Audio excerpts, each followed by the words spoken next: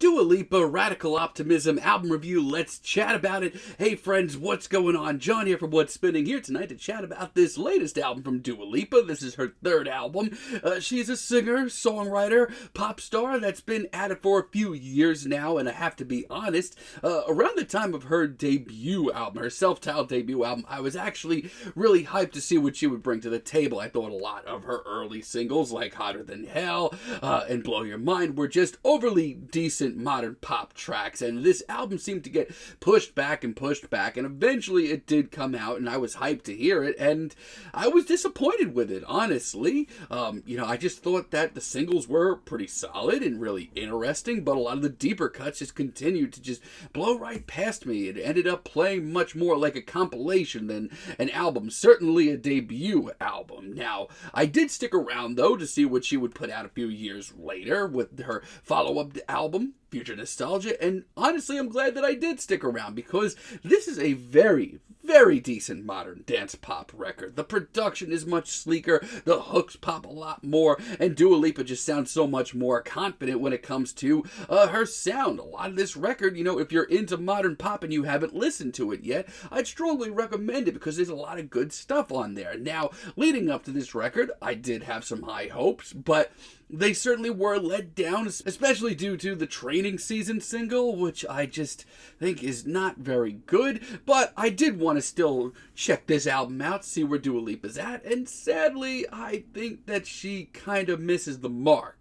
Now, there are a lot of very summery, bright high spots that are just in time for the summer and the warmer weather. Like End of an Era, for example. This is a great intro. This, to me, looking at this album art says, this is that sound. It's vibrant, it's colorful, it's fun. Dua Lipa's vocals are just enchanting, and this whole track just has this overwhelming feeling of young love, and that just puts a big old smile on my face. I mean, everything about this track is just so breezy and easy to let in. It's a very good intro to this album. It does a very good job of ushering in the sounds of this record. Houdini isn't up next, and all around, it's a very solid single from Dua Lipa. It's actually grown on me quite a bit since I first heard it. Initially, I wasn't that into it, and at first, I was kind of underwhelmed by this, but honestly, her performance here, especially vocally, is pretty electric. It's the sort of big, sexy pop single that I don't mind playing. I also really like What You're Doing as well. I love the sleek funk in that bass riff and the continued leaning on those big old synths. But the charisma here, just the personality on display, that's what sells this track for me. The production as well. This sounds to me like the next logical leap after Future Nostalgia. It's got a hell of a hook, and Dua Lipa just sounds focused. And honestly, I have zero bad things to say about Illusion. I think as far as a single goes, it's the best track here. This to me has everything I wanted to hear and more. It's got the drama, it's got the swagger, it's got that big, beefy hook. Dua Lipa's performance, it's one of her most intoxicating ones here. Everything about this track is where I wanted to hear this album. And from a guy that likes his synthesizers big and 80s sounding, don't get easier to take in than this. It's a really refreshing single from her, and still one of the better pop tracks I've heard all year. Don't be surprised if this makes it to my year-end list at the end of the year. Oh man, but let me tell you, this time around, things are just not up to snuff, sadly. Training Season, I mentioned it before, I personally have not been into this at all.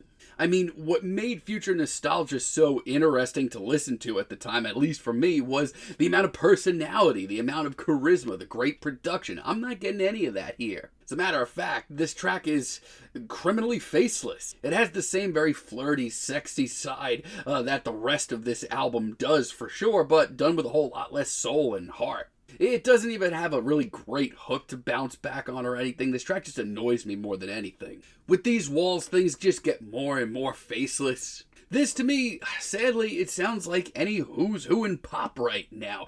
And it just sounds like Dua Lipa's trying to live up to that without, really branching out and making her own niche. Like, between this and later on in this album, tracks like this just come off like they're ripping off Born This Way era Lady Gaga. And on top of that, what's happened to the songwriting? This is some of the worst lyrics I've heard all year. Yeah, sadly, this is the worst track here, and a lot of this album shows us going in the very wrong direction. I just feel like with this album, Dua Lipa made herself these huge shoes to fill and just really kind of flopped. Like French Exit, for example. This track is so unbelievably average. This breezy and very strummed riff, I mean, it's okay, but I just feel like this has been so blatantly rehashed. It's not even that good. I mean, Dua Lipa's performance on this track is okay, but there's much better performances on other tracks. This just doesn't give me that same commanding feel. A lot of this album to me is just not as electrifying as I hoped it would be.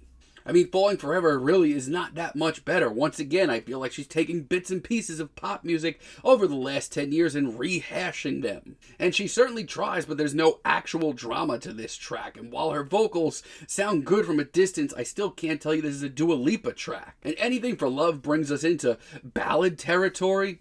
And it's cute, it's quaint, it's not necessarily bad, but it's just not mind-blowing. There's nothing about this track that really screams wow to me. Listen to this again. As a matter of fact, I think the more upbeat and funky second half of this track is much more appealing, but man, why is this so scatterbrained? Like, someone really should have gone over this album with a couple of fine-tooth combed. I mean, there's a couple of late album moments that are actually pretty refreshing, like Maria. For an upbeat, summery, breezy jam, look no further. I mean, at first, it did kind of make me cringe, but Dua Lipa does perform the hell out of this. Between her passionate vocals and this instrumental that gets surprisingly hip, this is one of the most complete thoughts here.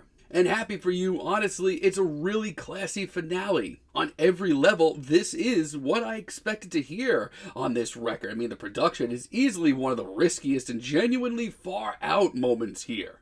And lyrically, this is just a very mature, sweet ballad that puts a nice little bow on this project. It's the mature sound that I wish we heard a lot more of. Yeah, I don't know. I'm not feeling it this time around from Dua Lipa. Yeah, some of the singles are great, and when she's focused, she's still one of the more interesting voices in pop. But I feel like so much of this record, she made herself these gigantic shoes to fill and doesn't even come close due to, rehashed ideas, trying to be a little bit more like everybody else. There isn't nearly as much personality and swagger on this record, and because of that, it's just not as electrifying for me. Sadly, I'm feeling a decent 5 on this album, but let me know what you all think down below. If you liked the video, be sure to give us a like, give us a subscribe, and let me know down below what you would like for me to chat about in the future. And until next time, have a great day, friends.